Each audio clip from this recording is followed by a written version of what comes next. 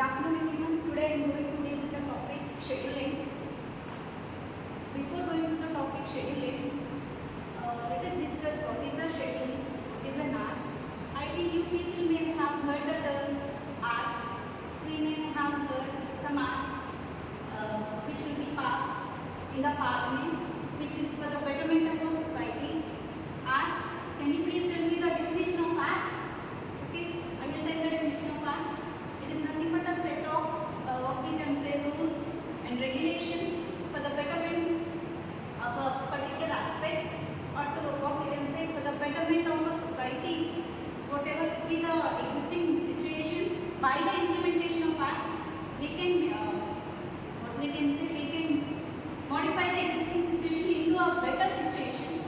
For that purpose, whatever be the problem we are facing, the government will implement a particular act in order to make the betterment of a particular situation.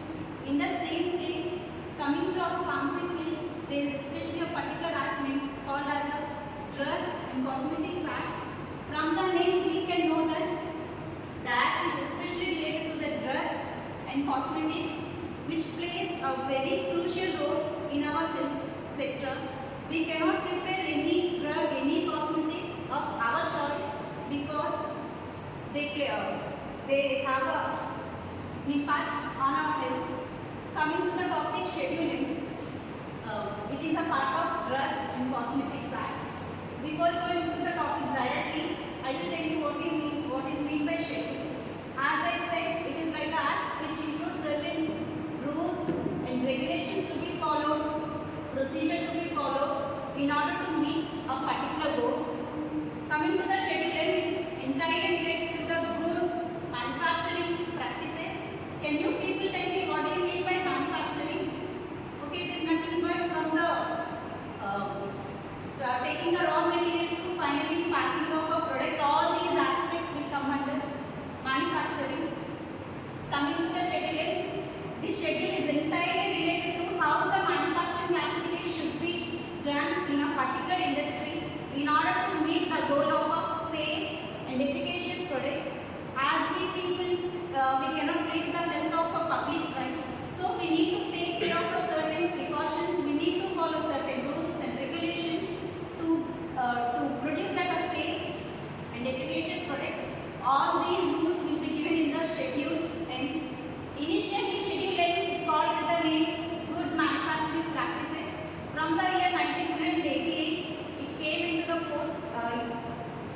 With the name Schedule N.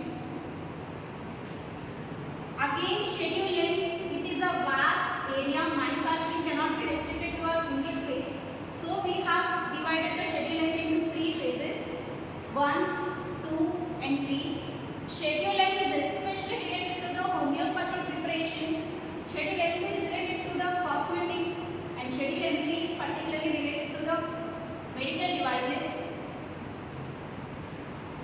Now we get to our main topic, parts of schedule. As I have been saying, there is a good manufacturing practices. How can we achieve those good manufacturing practices? We need to take care from the starting point, from the raw materials until the packaging in order to obtain that safe product. So in order to obtain that safe product, we need to follow certain regulations. Right? I have been saying using the term regulation. Those regulations are divided into two parts, part 1 and part 2.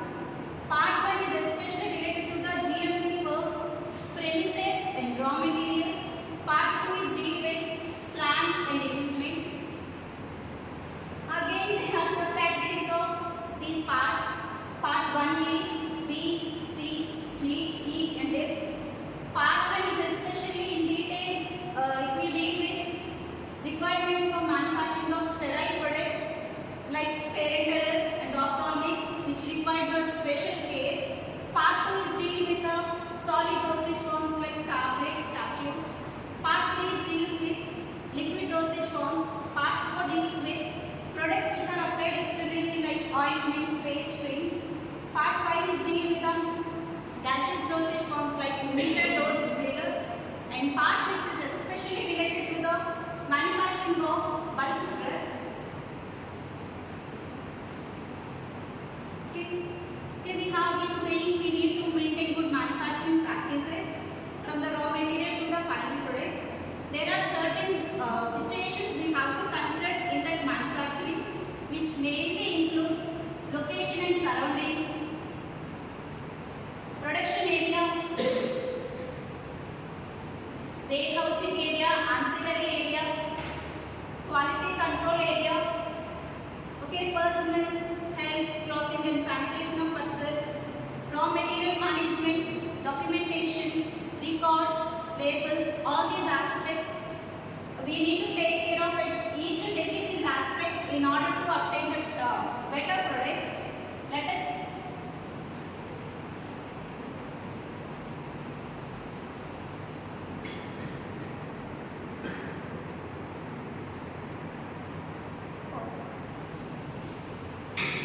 from the starting, we need to consider about location and surroundings. I think from our regular life, we can't see any industry near to our house. We can't see any industry in the city itself. So any industry, whatever be the regardless of that firm, it should be located in a location where it is not, it doesn't cause any harm to the people. It should be situated in a place that we can avoid cross-contamination from the rest of the space with that particular industry. Apart from the location, we need to consider the building. We cannot take that industry manufacturing in a small firm. Whatever may be the building, there should be proper hygienic condition. And the next one, there is the requirement of large chemicals and water. Apart from chemicals, we need to take care about the water resources, where whatever be the location, there should be abundant supply of water. And the last and the most important thing coming to the pharma industry is, after manufacturing, the products are discarded into the rivers. We need to take care at that point. The water is highly contaminated with the regular pharma products. So when we are disposing these waste products, it should be done according to the pollution control board rules and regulations. At the same time, we need to take care about biomedical waste.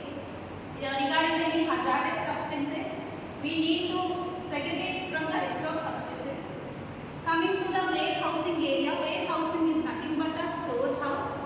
From the collection of raw materials, we can't take the products material directly into the manufacturing, as there are high chances of cross-contamination. We need to place them in a particular racks. We need to give them a number in order to avoid that cross-contamination. Production, production has been nothing but a manufacturing. It should give an indication that even the new person should easily know how the operations are carrying on. The production facilities should be arranged in a manner that there should be a uniform and a logical sequence. After production, ancillary area, of course, any worker, no one should enter directly into the manufacturing area. Before entering into the manufacturing area, there should be proper space should be provided for changing clothes, for wearing a proper uniform before entering into the manufacturing area. This is the care we need to take. Quality control, as we know that quality is nothing but a set of standard. We cannot take that product directly after manufacturing. There is a lot of chances for cross-contamination. So, quality control area is set apart from the manufacturing area. Quality control, we may have we have taken all the procedures, we have prepared the product. There could be the chances of contamination. The products are in direct contact with the environment. There is a chances of oxidation. It may react with the environment. There may be a color change in the product. Those products cannot be consumed by the people. So we need to take care of all these aspects. One more thing, before compounding the product, we need to do these quality control tests for the raw materials in order to obtain a better product. Apart from quality control area, next one is personnel. Personnel is nothing but whoever be the person working there. Apart from the normal people who is having that knowledge in that production, they should have a proper technical knowledge in order before entering that area.